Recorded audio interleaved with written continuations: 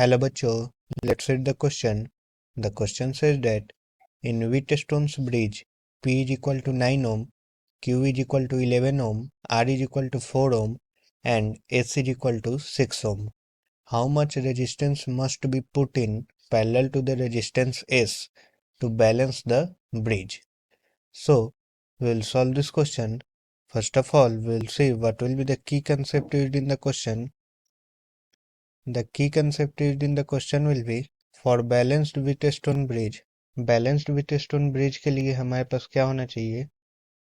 P by Q must be equal to R by S dash. ठीक है, अब S dash क्या होगा? हमें पूछा है कि क्या रेजिस्टेंस पैरेलल में कनेक्ट करना चाहिए विद द रेजिस्टेंस S. तो S के पैरेलल में हम मान लेते हैं यहाँ पे S के पैरेलल में अगर हम कोई एक X रेजिस्टेंस कनेक्ट कर दे, ये हम मान लेते हैं इसके पैरेलल में एक रेजिस्टेंस हमने कनेक्ट कर दिया जिसे हमने बोल दिया x. तो एस डैश जो होगा that will be equal to S X by S plus X, parallel resistance के फॉर्मूला से. तो यहाँ से हमारे पास होगा की कंसेप्ट से P by Q, P is 9 ohm, Q is 11 ohm is equal to R is 4 ohm by S dash X. S dash is S X by S plus X. ठीक है, यहाँ से हमारे पास होगा 9/44 is equal to S plus X by S X. हमें x का value निकालना है क्योंकि हमें पूछा है how much resistance must be put in parallel.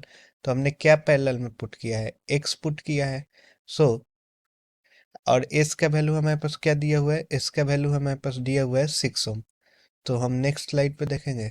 हमारे पास प्रीवियस स्लाइड से है 9/44 is equal to S X. S X मतलब 6 इंटू एक्स बाई, सॉरी ये एस प्लस एक्स है न्यूमरेटर में, तो ये होगा 6 प्लस एक्स बाई 6x.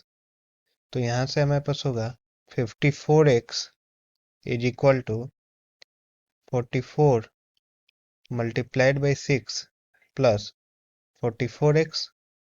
तो यहाँ से हमारे पास होगा सॉल्व करने पे 10x is equal to 44 into 6 और x is equal to 44 into 6 divided by 5. So that will be equal to 26.4 ohm.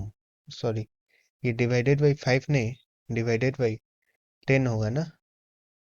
So that is equal to 26.4 ohm.